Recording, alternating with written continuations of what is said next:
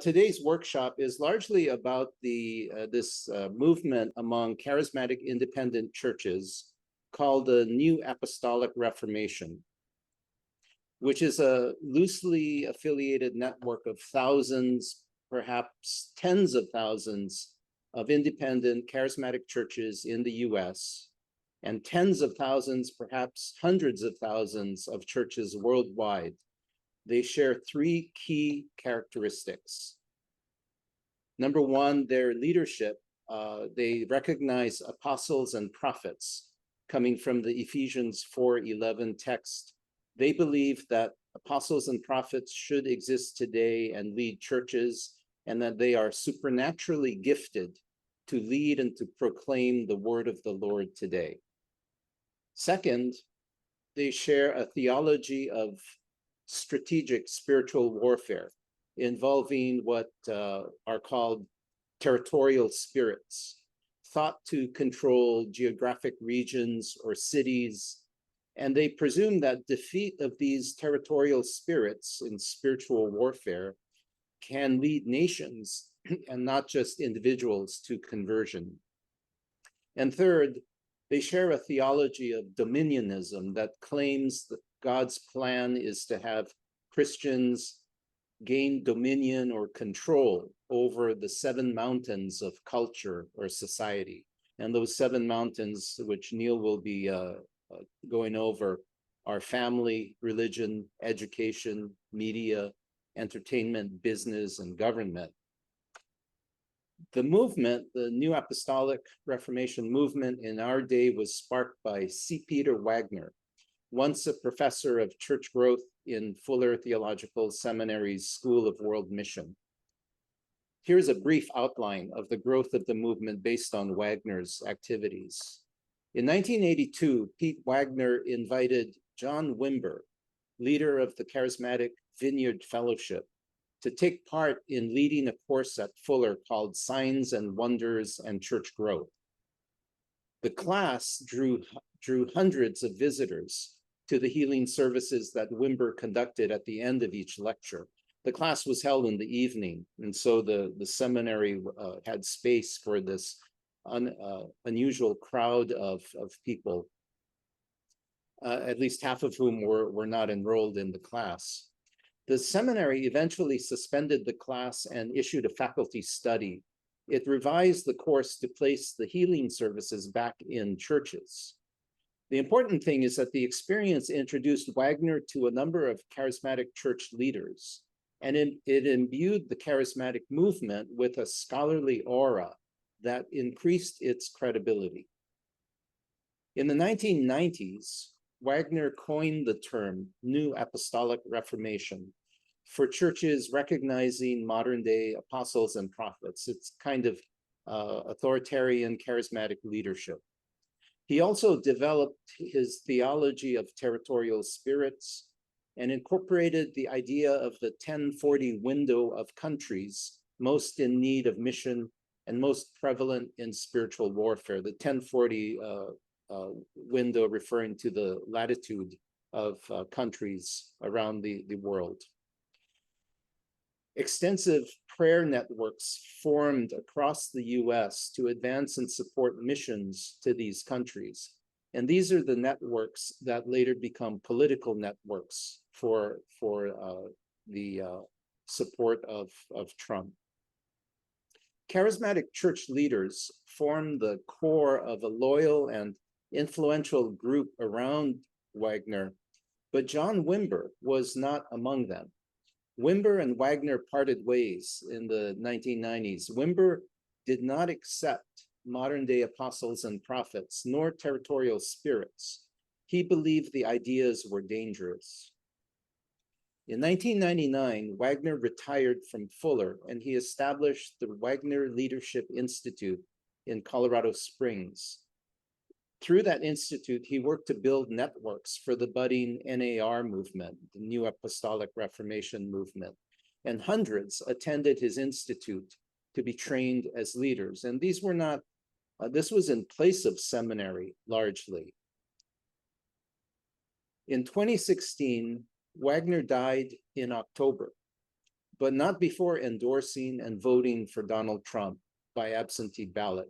Researcher Matthew Taylor, who did the Charismatic Revival Fury series on the NAR, says that Wagner's endorsement of Trump earlier in 2016 may well have been the match that lit the sudden and surprising flame of support for Trump among evangelicals. And that is where I will stop and hand it over to Neal. Okay, Neal. Thank you, Wayne. Thank you very much for that introduction. I will begin by simply saying that what we're trying to do today is to connect some dots so that you will have a wider understanding of what is going on, both historically and culturally and religiously. Wayne has already described C. Peter Wagner. By the way, his book is called The New Apostolic Churches, and it was published in 1998. In that book, he identified some apostolic centers, including Bill Hybels with Willow Creek, the Crystal Cathedral, the Saddleback Church, the Vineyard Movement Churches, the Community Church of Joy in Arizona, and Fraser Memorial United Methodist Church in Montgomery. He described these as apostolic centers networking with each other. The other thing I would like to say about him is that he is proposing a post-denominational church, a fifth branch of Christianity within Christendom. These churches he envisioned will be the new face of Christianity in the US. They have various views on eschatology, ecclesiology, and leadership styles, but they're all united in this idea that apostles and prophets will be at the center of the governance of these churches. Another name that you might have heard of is Lance Wallnau. He is actually not a pastor, but a businessman. He wrote a book called God's Chaos Candidate, a book about Donald Trump. And he posited the idea that although Donald Trump has a questionable Christian orientation, that his life is filled with all kinds of chaotic moments, and we all know about them. He nonetheless has been appointed by God to be the new Cyrus of Persia for the Christian church. You will remember that Cyrus was the Persian king that enabled the children of Israel, the Hebrew people after their exile in Babylon, to return to Jerusalem. And so now Donald Trump is Cyrus, and he will enable the Christian new apostolic reformation to take hold in the US and in other countries, including probably Canada.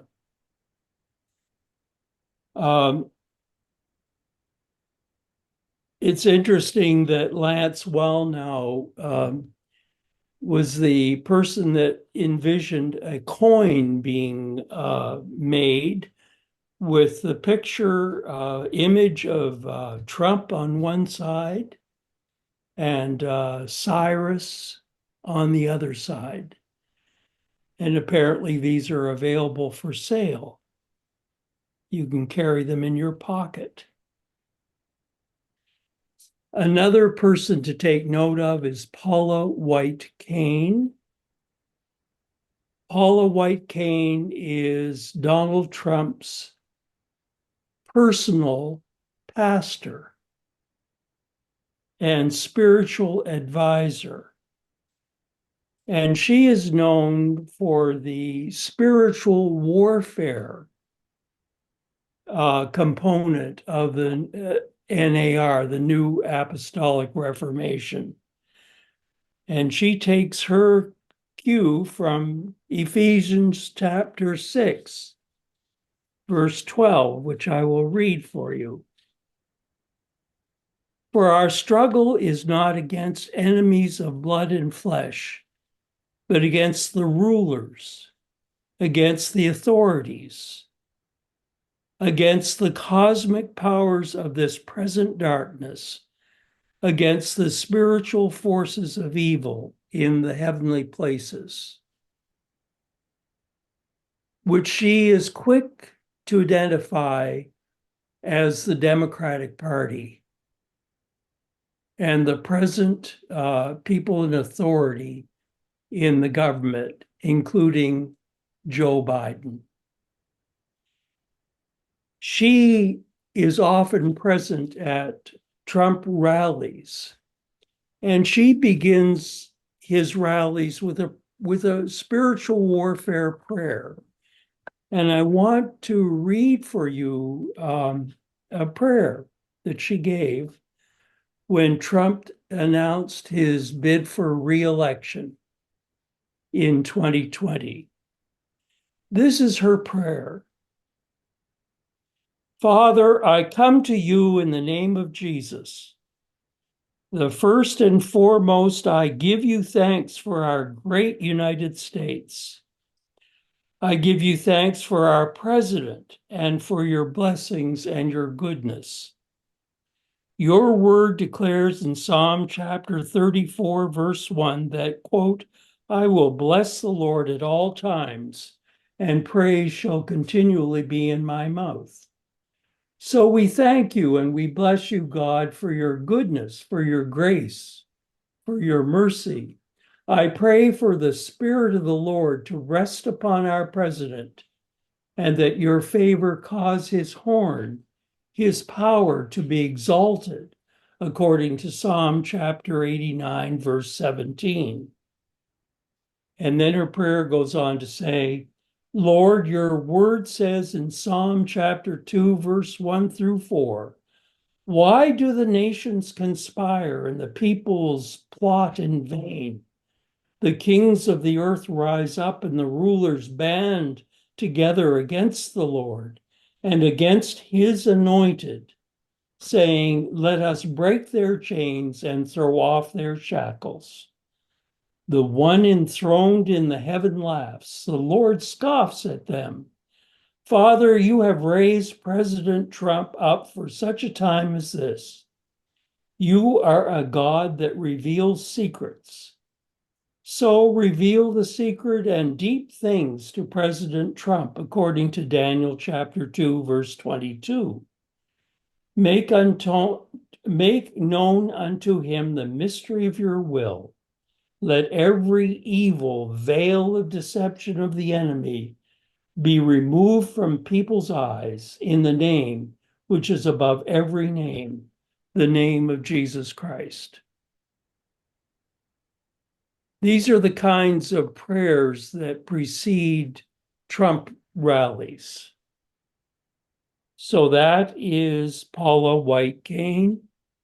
She credits that she brought Donald Trump to conversion as a Christian.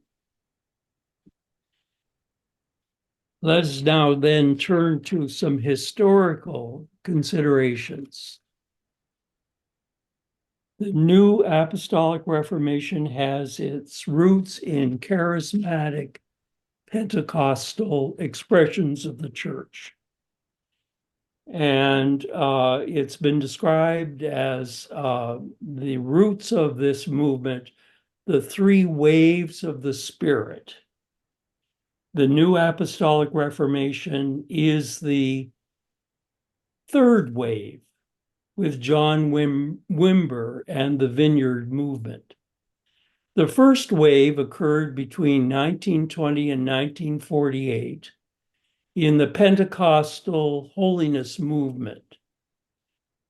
You may remember Azusa Street experience, which is the first example of the Pentecostal speaking in tongues.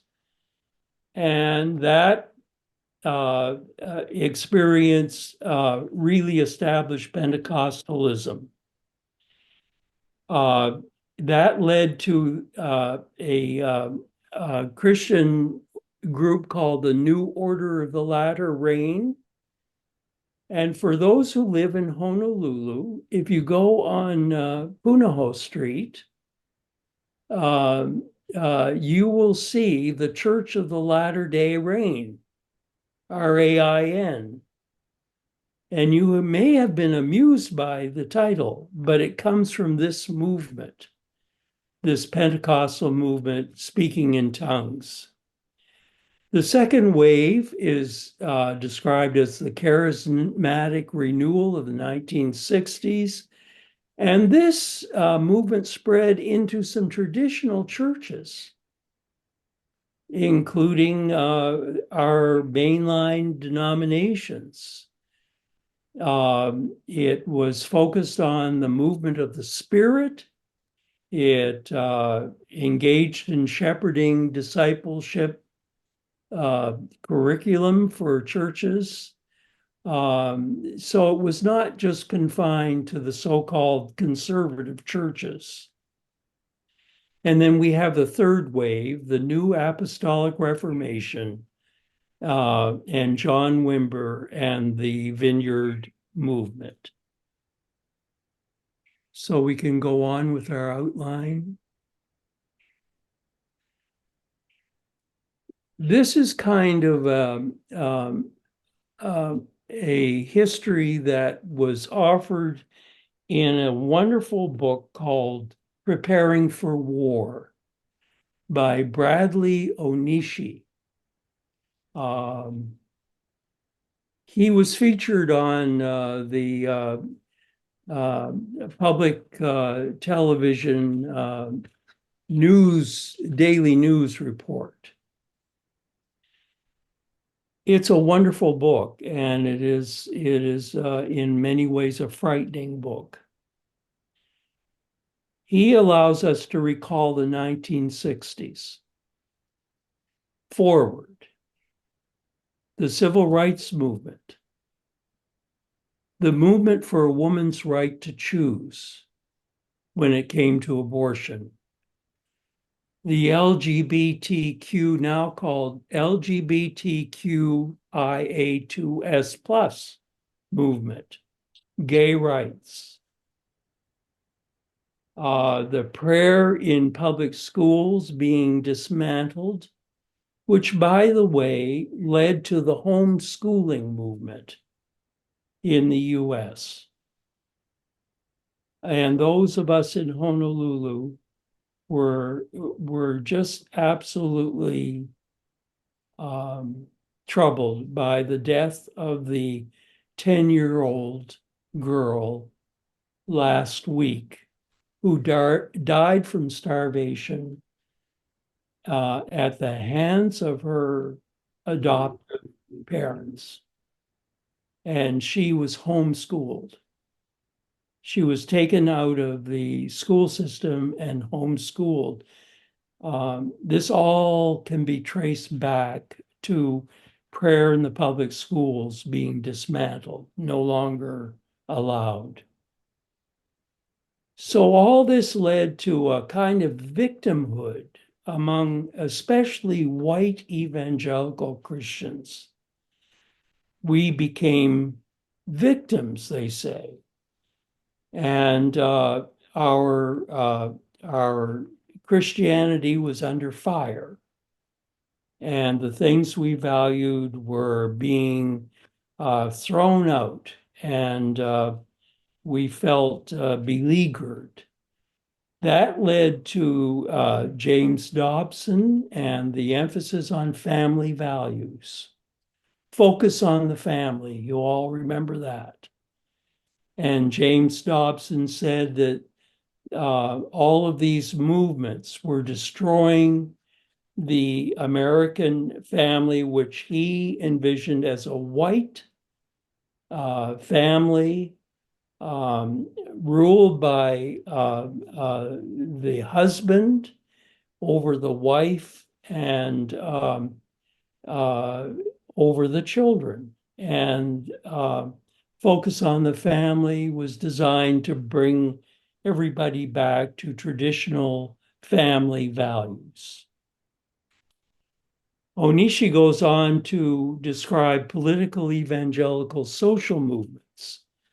You all remember Barry Goldwater and the 1964 election. Barry Goldwater was supported by white evangelicals who saw in him a chance to regain their rightful position in society. We go on to the contest between Jimmy Carter and the election of Ronald Reagan. White evangelical Christians supported Ronald Reagan over Jimmy Carter, even though Jimmy Carter was a stalwart of Christian faith. We all know about that. But Jimmy Carter also believed in the separation of church and state. And even though he personally and Rosalind Carter were against abortion, they said that the state could not legislate that position for all people. So they also supported a woman's right to choose. They also were advocates of the civil rights movement. And these are kind of factors that led white evangelical Christians to vote for Ronald Reagan instead of Jimmy Carter. And of course, Carter lost the election. There was also the establishment of the John Birch Society in the South in 1958, which was a white Christian organization. We then move on to Jerry Falwell and the Organization of the Moral Majority, along with Paul Weyrich, who was called the godfather of the new religious right. By the way, Weyrich had this adulation of strongmen, including Orban and Putin. He felt that America needed such a strong man to be in charge. We've already talked about James Dobson and Focus on the Family. You see, the victimhood that people were feeling led to the development of these movements in the political sphere of American life. We can move on. We come to the 2020 election. Of course, President Trump lost that election. The support for Donald Trump, 84% of white evangelicals supported Donald Trump. 57% of white non-evangelical Protestants supported Donald Trump. and 57% of white Catholics supported Donald Trump. These are statistics that are fairly interesting. When the Pew Research did a survey in 2022, the question was posed, should the U.S. be a Christian nation? 81% of white Christian evangelicals think that the U.S. should be a Christian nation. 65% of Black Protestants think the same. 62% of all Christians think the same, and 45% of the American public think that the U.S. should be a Christian nation. But what does it mean to be a Christian nation? It can mean many things. And we need to contrast that with Christian nationalism. Christian nationalism is a very particular brand of what it means to be a Christian nation. And this quote comes from the Public Policy Research Institute. The term describes a religious and political belief system that argues that the United States was founded to be a Christian nation. In the survey, supporters of Christian nationalism were identified by their responses to 5 statements, including, the U.S. should be declared a Christian nation, and, quote, God has called Christians to exercise dominion over all areas of American society. There we have the definition of Dominionism, which is part of the New Apostolic Reformation. By the way, the word Dominionism is being downplayed now by the NAR because it's too blatant, but it still is a part of their belief system. Among white evangelical Protestants, nearly 2/3 are either white Christian nationalism adherents or sympathizers. But the support for Christian nationalism is significantly smaller among other Christians and the American public as a whole. These are findings of the Public Policy Research Institute. What is at stake here is an alignment of Christian nationalism and the political far right. It's a coming together of these two movements, especially the alt-right. The term alt-right is defined this way by the Southern Poverty Law Center. The alternative right, commonly known as the alt-right, is a set of far-right ideologies, groups, and individuals whose core belief is that, quote, white identity is under attack by multicultural forces using, quote, political correctness and social justice to undermine white people and their civilization.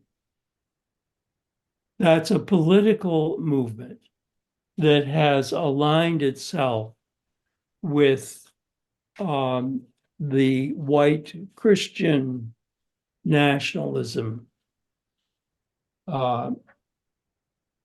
This is described by Onishi as a visible partnership between what is known as the alt-right, short for alternative right, made up of openly xenophobic and racist figures who want the United States to be a white ethno state and the heirs of the new religious right, religious communities that want the United States to be a Christian nation marked by patriarchy and Christian hegemony.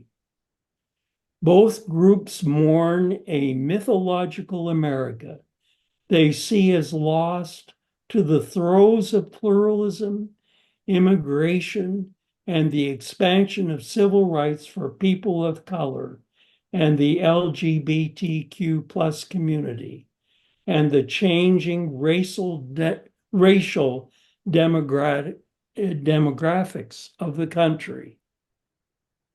Witness the Christian evangelicals that recently went to the border to protest the influx of non-white immigrants into the United States. Racism is always lurking beneath these movements. Can we go on? Let's go back, Wayne, for a moment. These are some names that you may know about. Mike Lindell. He's always called the pillow guy. Ted Cruz. Michael Flynn. Mike Pompeo.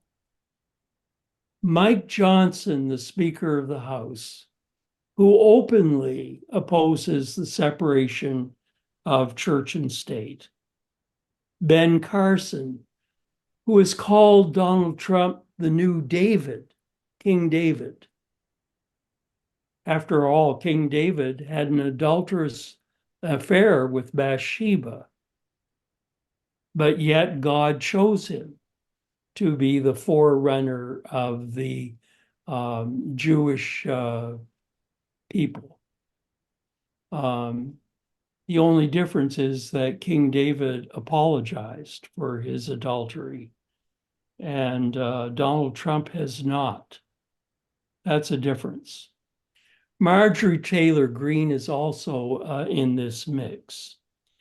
And we must mention the role of QAnon, which has affected both the Christian nationalism and the alt-right political movement, conspiracy theories. By the way, last year, the Southern Baptist Church lost 500,000 members.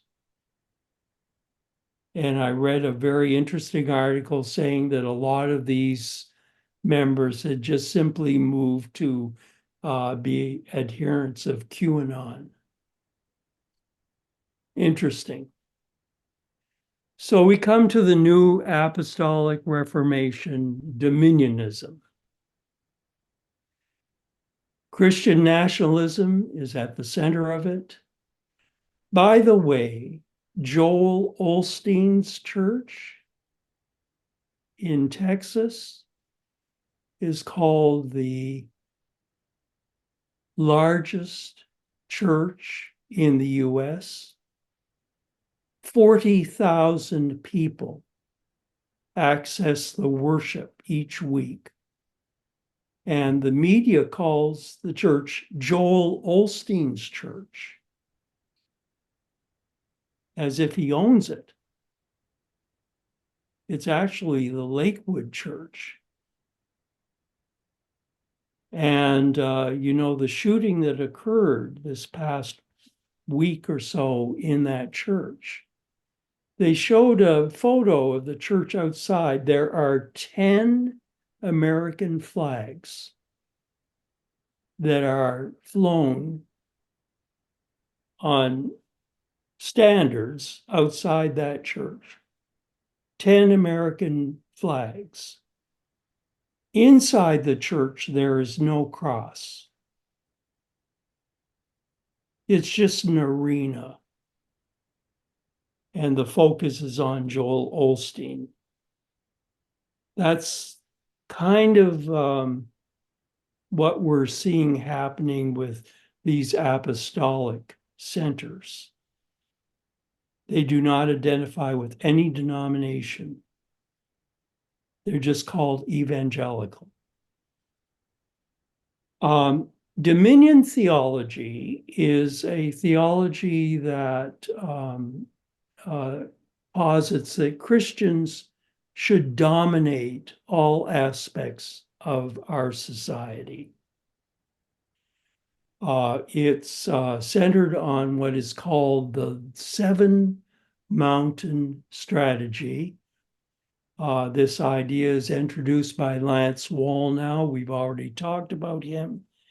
And Wayne has already pointed out that the parts of society that Christians need to dominate are religion, education, business, government, arts and entertainment, media, and family.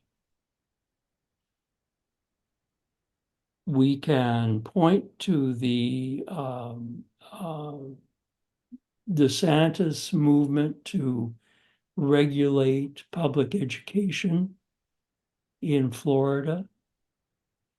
I just heard that one school now requires permission to have an African-American author's book read in the public school.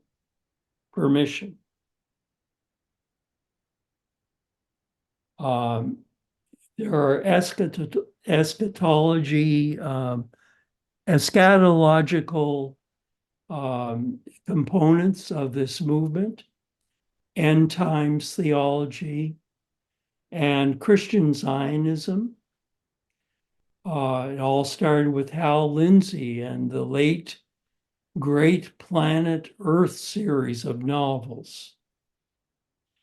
It's ruled by a kind of Christofascism, which is the idea that Christians need to dominate the society. Christian supremacy and spiritual warfare. We've already talked about that.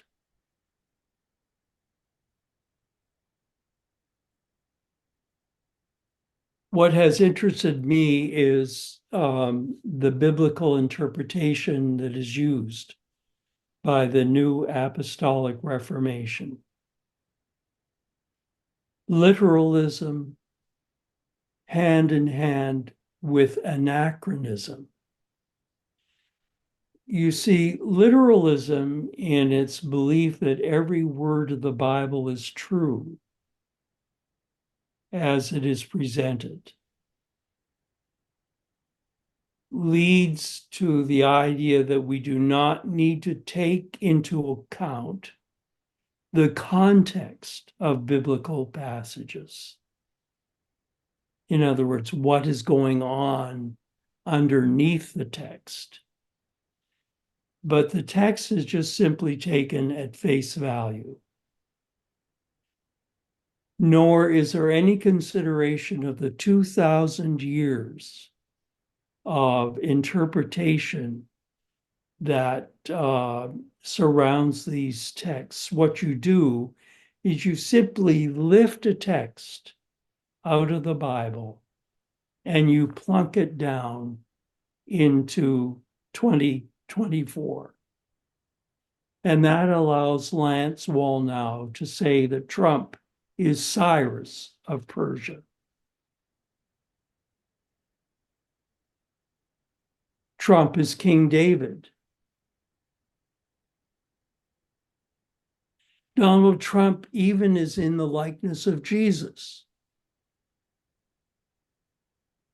Donald Trump is God's new Messiah. There's even a political ad that has been created to posit this idea that God has sent Donald Trump. as a Messiah. The key scriptures of Dominionism, the key scripture probably is Genesis 1:26-28.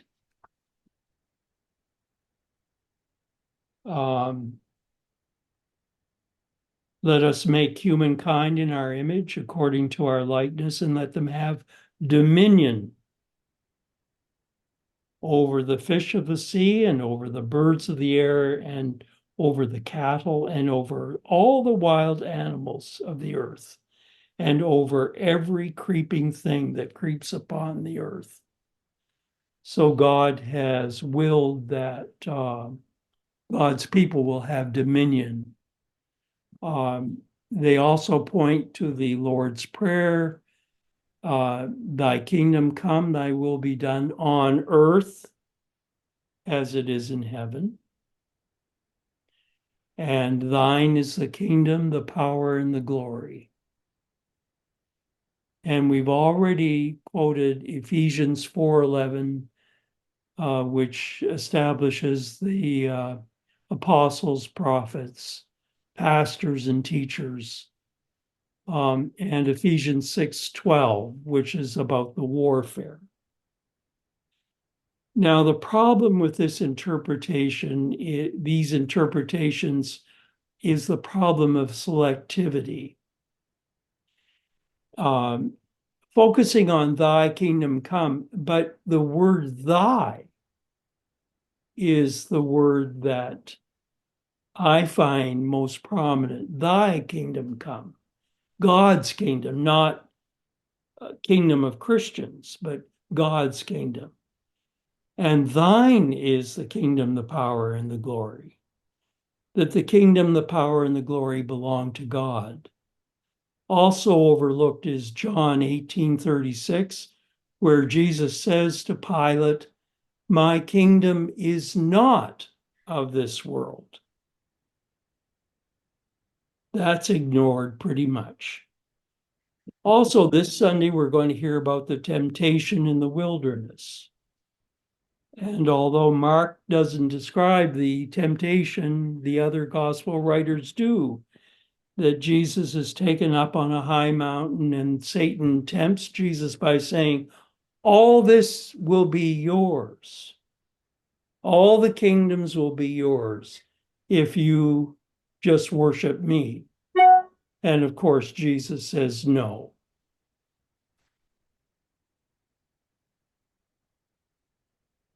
I became interested in the whole relationship between white Christian evangelicals and evangelicals that are not white, including Asian evangelicals and Black evangelicals.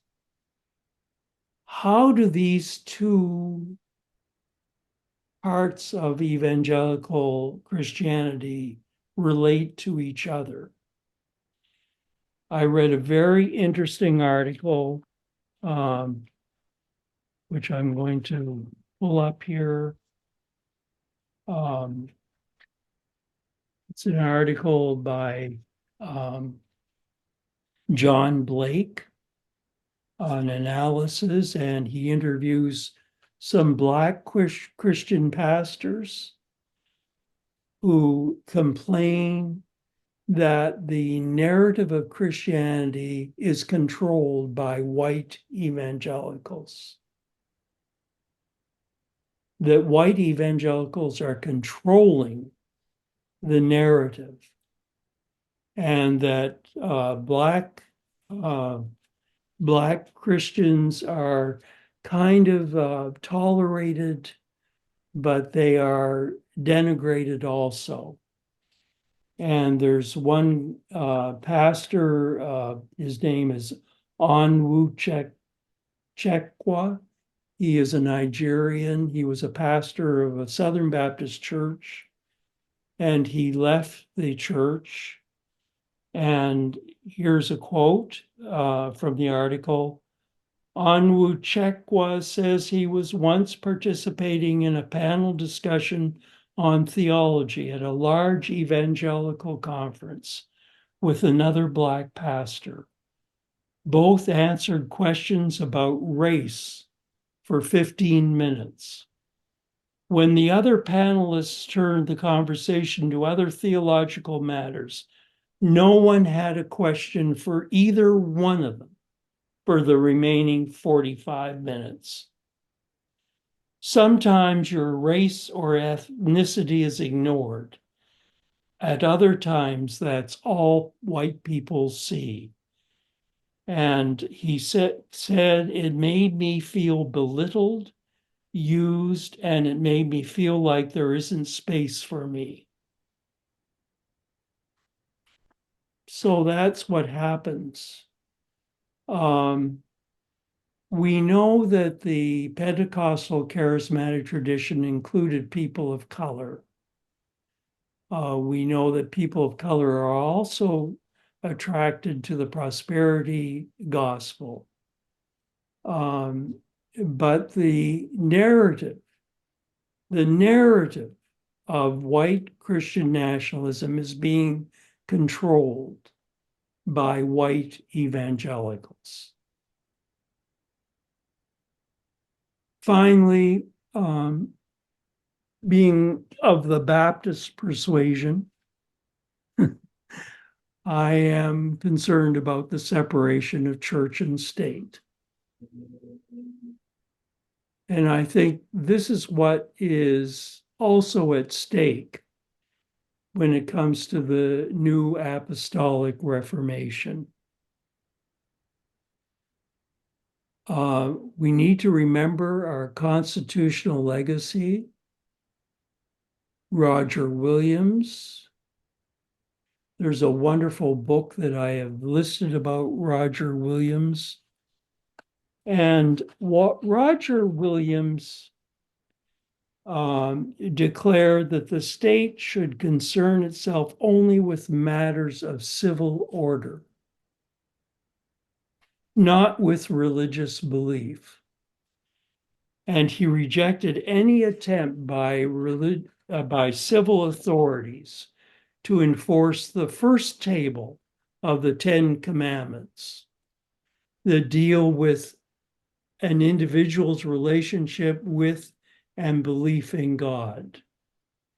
Williams believed that the state must confine itself to the commandments dealing with the relationships between people, murder, theft, adultery, lying, honoring parents, etc. He wrote of a, quote, hedge or wall of separation between the garden of the church and the wilderness of the world. Thomas Jefferson took up Williams' stance on the separation between church and state. And these are Jefferson's words. It is not my business to inquire here into the original of the power or dignity of the clergy. This only I say, that whensoever their authority be sprung, since it is ecclesiastical, it ought to be confined within the bounds of the church, nor can it in any manner be extended to civil affairs, because the church itself is a thing absolutely separate and distinct from the commonweal. That's Thomas Jefferson, and both relied on John Locke, who probably philosophically posited the whole notion of the separation of church and state. Those distinctions are being blurred in the new apostolic reformation. And that can be evidenced with people like Mike the new Speaker of the House, Mike Johnson, right?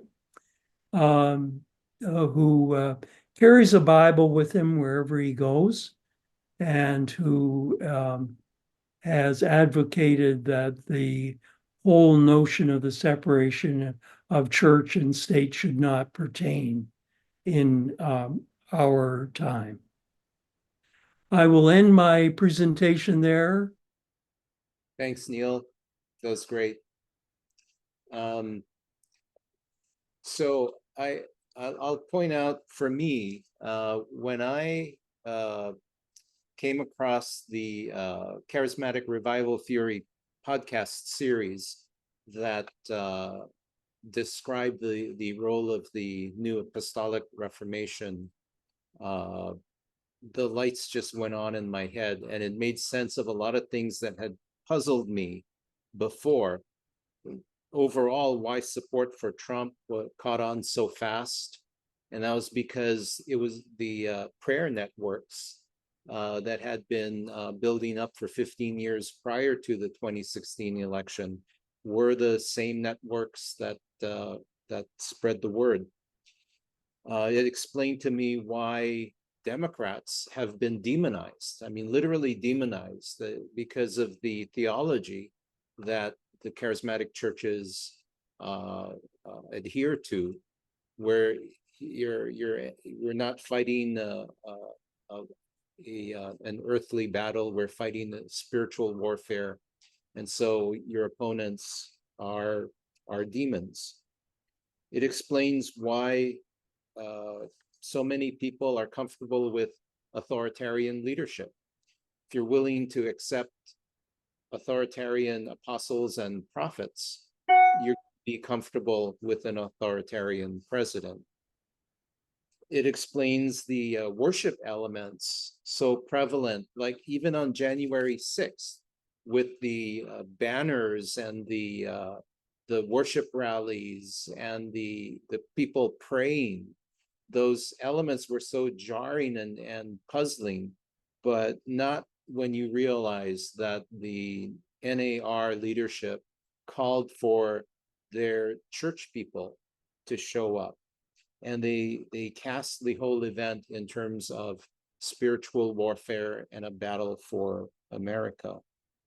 And it also explains why election denialism, according to the Matt Taylor's Charismatic Revival Theory podcast, the people who were fastest to fan the flame of the big lie of the election being stolen were the prophets who had declared that Trump was going to win in 2020. And all of these things, to me, little things fit together and make the role of the New Apostolic Reformation so important to understand. So I am going to end the recording now.